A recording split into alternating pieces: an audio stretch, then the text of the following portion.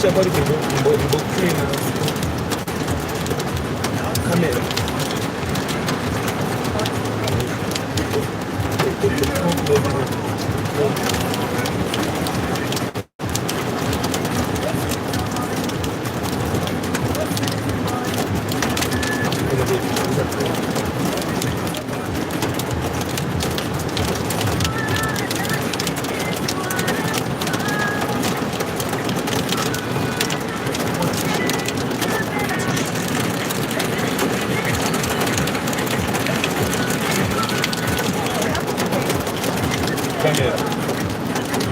Это ушли.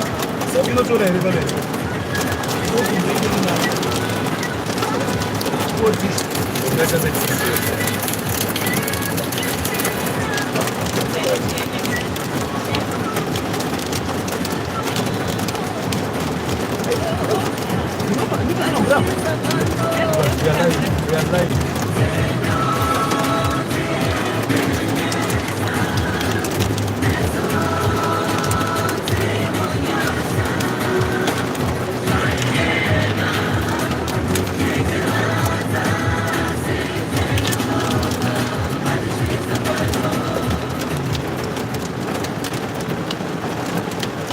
We are back again for our another update.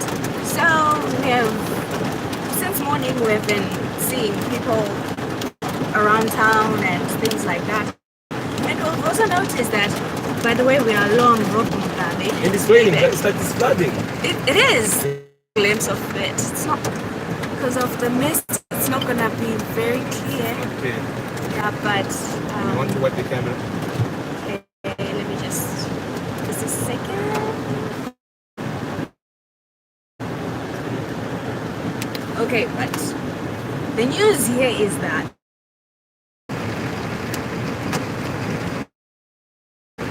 sorry, just a second.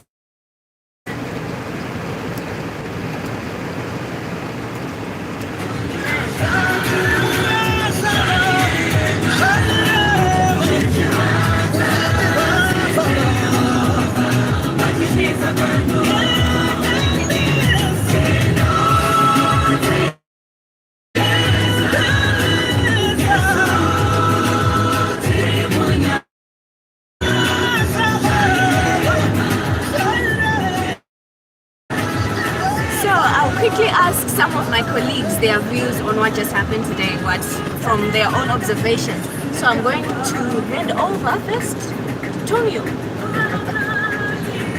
Okay, yeah. So we I think that my quick from around 7, 8, 9, 10 a.m. latest is your witness that there was activity around Harare CPT, I think at large. People were going on with their business, but what was significant to notice was that there was a significant number of people who were going on with their daily calls. I think in most cases the shops were at less than half capacity, and with very few people doing their normal business. But we can also safely say that since morning, many people just going through their normal usual business without any disturbance or anything like that. Practically changed. I think around like 11, an hour and a half ago, where we witnessed many people leaving or backing out of town. And there were also some reported skirmishes, which unfortunately we can neither confirm nor deny because we did not manage to capture these instances. But yes, that's when we started seeing a lot of people leaving town. And we can safely say that within the past 10 minutes, 15 minutes, we can safely say that there is literally no shop which is open in Harare. It's like today is a public holiday. Most of these shops have closed and it's like we are in a flood. Oh my goodness. The roads are flooded. So yeah, very important to also note that it's now raining, yeah? It hasn't been raining, but now it's raining and it looks like town is... this is poor drainage system, so if I can say. I think we need to just change our way through. So yeah, we are going to be going back into Harare CBD, where we will just have a look into the current situation. But I think within the past hour, we can safely say that there hasn't been any activity. Most people had closed shops. When we started our last broadcast, as you also saw, Nicole, that even Food World was officially closing down the shops. We saw employees leaving. That means that I think maybe the management as well has figured out that it wasn't a business as usual. There were no clients, and there's a serious low turnout of people in Harare CBD. So yeah, this has been the situation, and it looked like also bigger shops like OK started off, Joina City, so it was closed, and most big corporates they're also closing down. But your formal business, specifically banks, I think you managed to see like three banks were open. We do not know whether they're still open or they're closed by now. So yeah, we are now heading back. Right now we are by 7th Street in Samora Machel. We are heading back into the CBD just to try and get a glimpse of the situation now back in Harare CBD.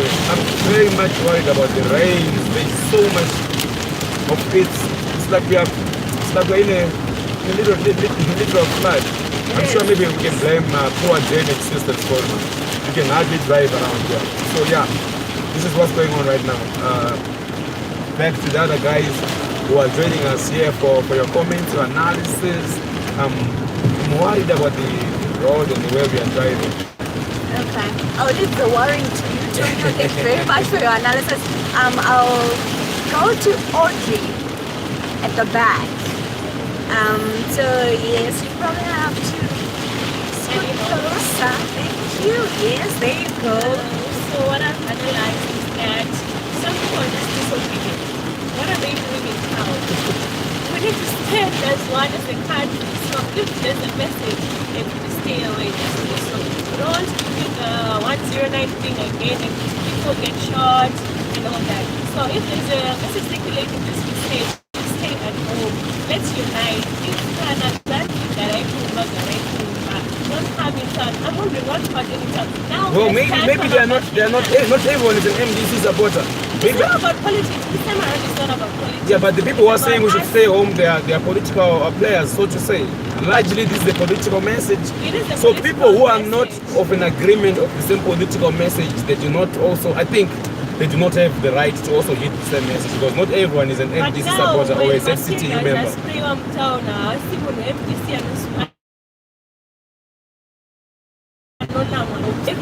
Yeah. No, I'm just simply raising a point that we're living in a diverse society where some people are going to be MDC, some people are going to be ZARB, some people are going to be non-partisan altogether. But this time around it's not about politics, it's about us Zimbabwe, it's not about what you're just saying, it's not about what you're just saying. It's up to you as a person, what are you going to do about this? It's not going to matter, but as you can see, friends are helping. I think my daughter, my care, put away, and she's going to say, over to you, Nikki. Thank you so much. Thank you so much, Audrey. That was a very interesting perspective. But I also do agree with you at a point, though. You also raised what the Vice President of MTC says, that this is not a political issue. It's a national issue, and it breaks. Let's talk about that. What do you feel about the stance that the MDC has taken? Lately, I think we can safely say for the past 30 days or so, the MDC has literally taken a back step from the political activities in Zimbabwe, especially President Nelson Chamisa and his party leadership. They've not been publicly commenting, neither saying anything as far as the direction. That's what they do in political. But even ED was a bit laid back.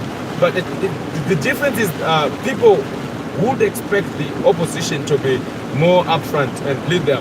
Did you think that was the time they're supposed to be more vocal? Now it looks like they're not doing anything. You know, the problem is that according to them, where they are coming from is legitimacy. So it doesn't go beyond that. Even if we go back to Mr. Komichi's remarks, he said that it has to do with legitimacy. You can't run an economy when you have a biased political, arena, when it's not very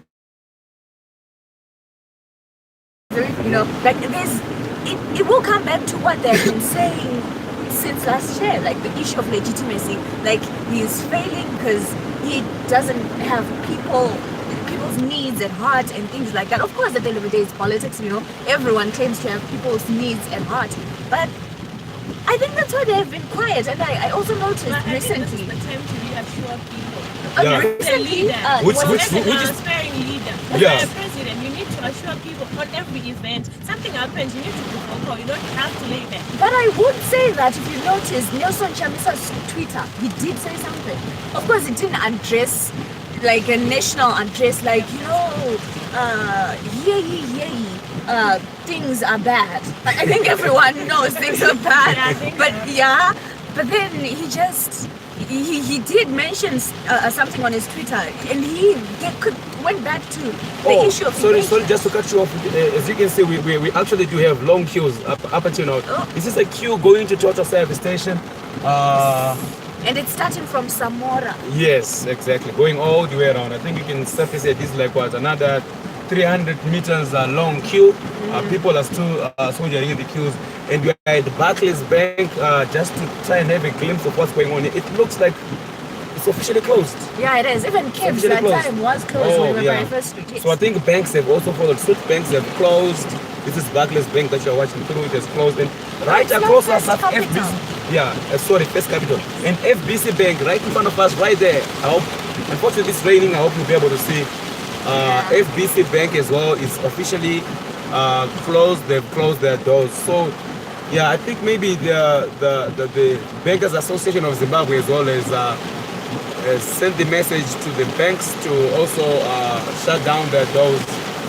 Because since morning they've been open, but now it looks like these guys have all closed. Reading the comments from Kenford Kundai Nyambuya and this other journalist guy, you seems unfair the way you talk. Please find yourself, people are suffering. Okay, it's all about national issues. That's your perception and your thoughts. We respect you for that. There's another point from Son of the Soul. Son of the Soul, thank you so much for being with us since the morning. I think maybe Nicole, I'll give this back to you so that you read out the comments in the meantime. Okay, so Son of the Soil, shout out. You said that, guys, the real issue is legitimacy. All these are just ripple effects of a stolen election. I think this is what we mentioned earlier. That's what the MDC have been saying. Even their youth leaders, they're also standing by that perception that all of this is happening because of a stolen election. Allegedly. Back to the comments. Raven says, forget about the opposition. It's citizens who are duty bound in times like this. Okay. Forget about that. Let's just flip the screen. Uh-huh. So I recently had a conversation with the MDC president Nelson Chamisa when I asked him why is it the MDC looks laid back. It looks like it has literally given up on better to fight or speak for the people. Okay. Oh my goodness.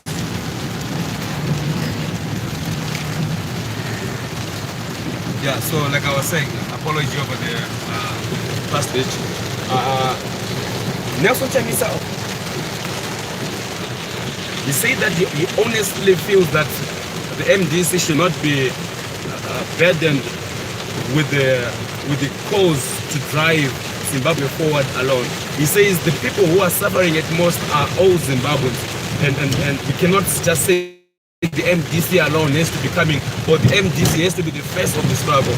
So he strongly believes, that's what he said when I spoke to him earlier on. He said he strongly believes that this is what Zimbabweans themselves should take it upon themselves and lead the economic struggle.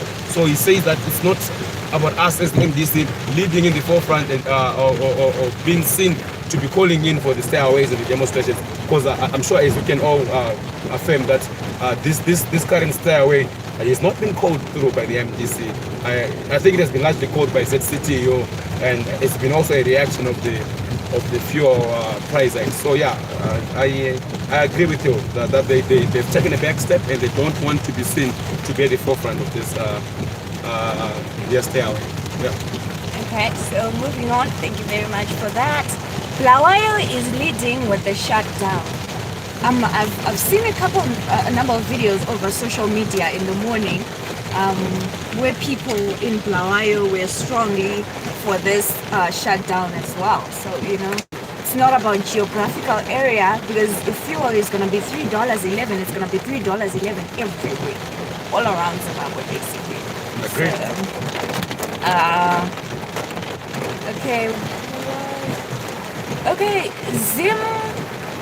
Okay, Zim here says, why does he think it has to do with the MDC? I'm not so sure where exactly that question is directed to. So remember, guys, when you send the comments, just specifically. Well, I think maybe it's time to respond to what I said when I asked why the MDC is not doing anything. Okay. I'm sure maybe that's where his comment is coming from. All right. Because generally, like what Chana said, that when you're a leader, people expect something from you. And the MDC had taken a back step, and I was just asking, why does it now look like the MDC is no longer being heavily, actively involved in the current developments? So yeah, I think maybe that's where his question is coming from. Because definitely as a political party, there's an expectation that comes from your supporters to say, well, what's the direction, where are we going?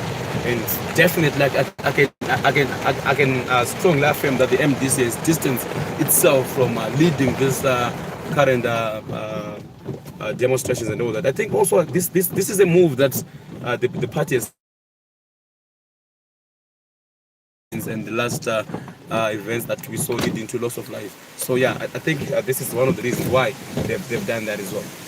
Okay, and Pilo Wellington says that he has just been a victim of tear gas. We're not so sure where exactly were you, Pilo, and what happened, what exactly happened. Please share with us and everyone else what your experience has been like. Okay, so we're gonna cross over to the studios. We're supposed to be crossing over to the studios. We're just waiting for a signal from these guys. Otherwise, we're going to walk into the studio, and then you guys get to join us live from the studio, and then we give you an analysis from the studio, and we get to share your comments. I think in the meantime, maybe we may want to just read out comments, and then so we could just continue reading comments whilst we find out that our studio guys are ready. So Zim again says that Morgan Komichi was giving an interview at Chiti. This is not about MDC. Sorry.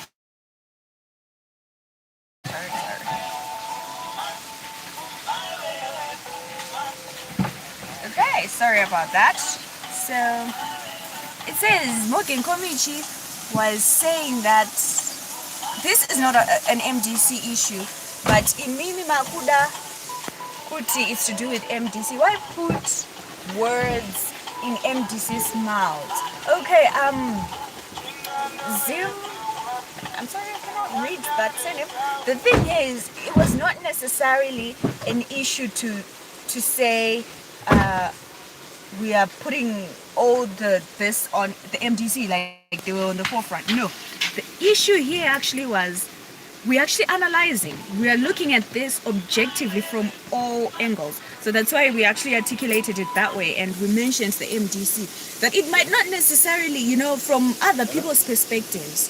So at the end of the day, everyone has an opinion, and it's very healthy, to tolerate other people's opinions. And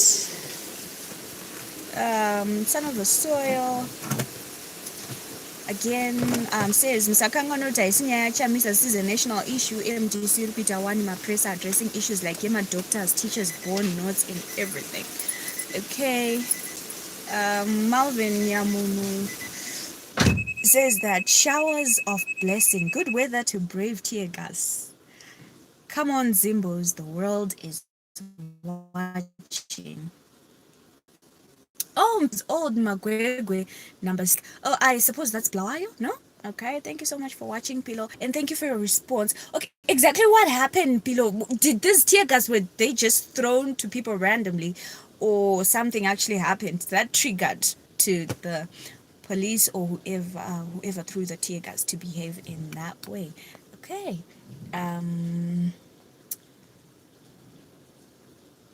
Nicholas Muchadenyika, you say it's not a political issue, but rakakonzerwa neiko, guys. So from everything that we have been talking about since morning, we have noticed that it comes, the economy cannot thrive when a political, situation of a country is not exactly solid.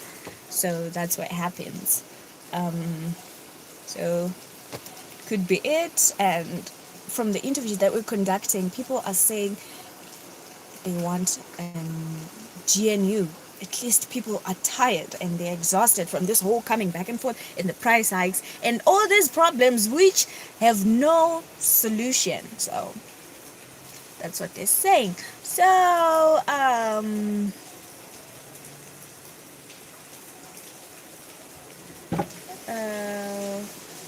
okay, another comment says, when the MDC talks, people say it's the one doing all this, but it's not an MDC. Sorry, let me just turn my camera. Okay, so that makes me read comments easy. Try to read comments real time, no fire. Well, what's going on is that our network is a bit jams a bit, so we freeze this side and then we get the delay comments. I'm sorry about that. We'll try our level best to actually read, but we're not so late because this was 11:58. But I'm sorry, but thank you for commenting and thank you for that remark. We'll do our bestest to be in real time. Okay, so Mugabe once said, I cannot name a successor because I don't see any. Now I understand. Don't jump other comments, sister. I'm sorry, Nicholas, did I jump your comment? Because I have a lot of comments that I have here, so I can't read all of them. It's not really feasible. So I have to read some of them, and because Mamwachona, they are not really, I'm not saying they're not necessary, but Mamwachona nengashidzokorodwa. So I'll try my level best to read all of them. Nakambona ukupi nyika isina foreign currency. Okay, that's a very good, now that you mentioned it. What do you guys think of what the finance minister said? Remember when he did the meeting at the town hall meeting where he said that Zimbabwe is not looking for, we are not going to dollarize, like at all. Like it's people should get it out of their minds that we're gonna dollarize. So what do you guys think? Do you think that's a smart move for us to keep on doing this whole bond thing? Because apamunane, it's 1:3. 1:3, but the black market determines anyway how much a dollar is worth. So what do you guys think? Tell me. Okay, in real time now, can you guys tell me what you think? Ninya forex. Okay.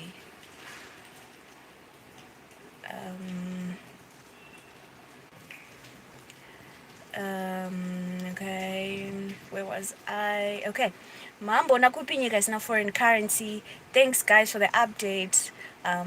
You're welcome. Haina forex, haina currency yayo, aisi nyika rega rufaro kaseke ati ngaitengeserwe Bill Gates. I agree with your viewpoint, brother in specs. Surely we cannot expect Shamisa to do everything. Remember, if only the MDC is shouting, they will be labeled as disturbers of peace. Okay, thank you very much, Son of the Soil. We are going to be in studio with Tonio in a few minutes. We're just waiting for our studio guys to be ready. So we will, that's one thing that will also take heed of what you just said. But some opinions are way off, Waiziwa. Okay, all right. Muma town busy. Kumamisha things as usual. I wouldn't know about the rural areas, but like we said earlier on, kana zvinjika kwira kuno kutown, it's never gonna be cheap. Kuma rural areas, everyone is gonna feel the ripple effects at the end of the day, but we're not so sure how people in the rural areas are going to react to the price rise. Hi Uche, how are you? Watching from Marondera. Thank you so much for watching. Ish, I feel ashamed about my country. Why Maratil says Chitika Kudaro, I think that's what you wanted to say. Thank you all so much, Sepo. Shadrach from watching from Cape Town.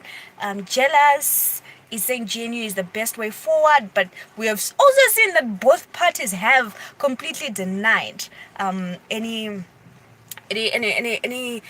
GNU, okay, with President Mnangagwa saying that the GNU, he can't do any GNU when he won most seats in parliament, which makes sense. And also the MDC saying that they are not going to do any GNU because they feel like they're going to be used in the whole process, and they also believe that they won, so them having a GNU does not make sense to them. Okay, thank you guys for updates. Watching from, where is that place? Boxburg. Okay, thank you so much, Kudzai, for watching. Rugare residents now moving in working tone industry. Oh, really?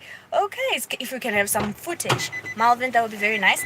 Uche is saying we all have these problems after the 2008 election, and they were solved through a GNU. We need economical geniuses like Tendabiti to solve this mess. ED is just a failure, and ZANU PF is gameless. That's according to Uche. Jealous says, son of the soil says that GNU yeko chamisa akawina vakabirwa ngavape mwana majigis ake. So Tonio has officially joined me again. Well, yeah. Yes, any comments on what I'm just seeing right now? People have been really engaging. Oh, and I asked, you remember Minister Tuli Ngube, Professor Tuli Ngube had a meeting at a town hall, and he said that Zimbabwe was never going to dollarize. We should completely remove dollarization on the table as a solution for Zimbabwe's economic crisis. So I asked some of the guys what they thought of that. Of course, it came up during a lot of discussions, and Skynet Techno World says Finance Minister Anopinga. What is your take? I never actually got to ask you this. What is your take on what he said? Well, to be honest, it's economics. I really feel pity for that guy called Prof. Turingnobe. It's economics versus politics. So there are a lot of things that he says that make economic sense. And those things, they'll never make political sense. And he's caught in a catch-22 whereby he cannot necessarily implement what he thinks should be implemented over Zimbabwe in a certain space of time and environment, which makes his job the most difficult job in Zimbabwe. So there are two Mthuli Ncubes that we should understand. The first Mthuli Ncube is the Mthuli Ncube who has been posting and saying a lot about Zimbabwe economic turnaround way before he was even appointed the finance minister. He had a lot of positive ways and ideas and strategies of how best he can turn around the economy. That was the first Mthuli Ncube. Now we've got the other Mthuli Ncube, who is the Mthuli Ncube now in power and with all the jurisdiction power and rights to literally do it, and he's not doing it. The older Mthuli Ncube, who had no power and all the brains and the points, was putting a lot of things in top of his suggestion way before it was even enacted. The minister, he said it's going to be taken down the board. Not. He was off the idea of dollarizing, and he also said that it's not going to take us 3 months before Zimbabwe dollarizes. And we were so certain and we're optimistic that when Mthuli comes through, he's going to heal the economy, because the biggest problem that we're having is an economic problem. Now let's look at the new Mthuli and why the new Mthuli is not able to implement the same policies he's been talking about. Now, the biggest problem that Mthuli has got is finance zake nemaboli zake ndembuka ashande muZimbabwe, worse off in a Zimbabwean ZANU PF political environment whereby he knows pragmatic policies that do not necessarily work in a Zimbabwean environment because of A, B, C, and D. The first thing that Mthuli tried to do in the Zimbabwean economy, we all know the secret. He hired a guy called Lumumba. Why? Because Mthuli wanted to correct the biggest problem we had in Zimbabwe. The problem was on the fuel. Why? Because fuel bites everyone each and every single day. So how would you go around and then you remove people like the Taguireis of the fuel industry in Zimbabwe? You cannot then just simply appoint or tell the RBZ government that they say, you know what, let's remove Taguirei and the RBZ directors from the fuel line just like that. It was impossible. But if you'd asked Ntuli the same point, he was going to be supporting that way before he was elected minister. Now that he's now the minister and he's literally seeing, eating and talking and working with people, these guys are way too bigger than they are. Because these people have been financing ZANU-PF and the go in financing that happens. I'm not saying it's a bad or a good. I'm just talking about what happens and who these people are. So you don't just come in with it, just cut lines. Then saw that this is the biggest problem.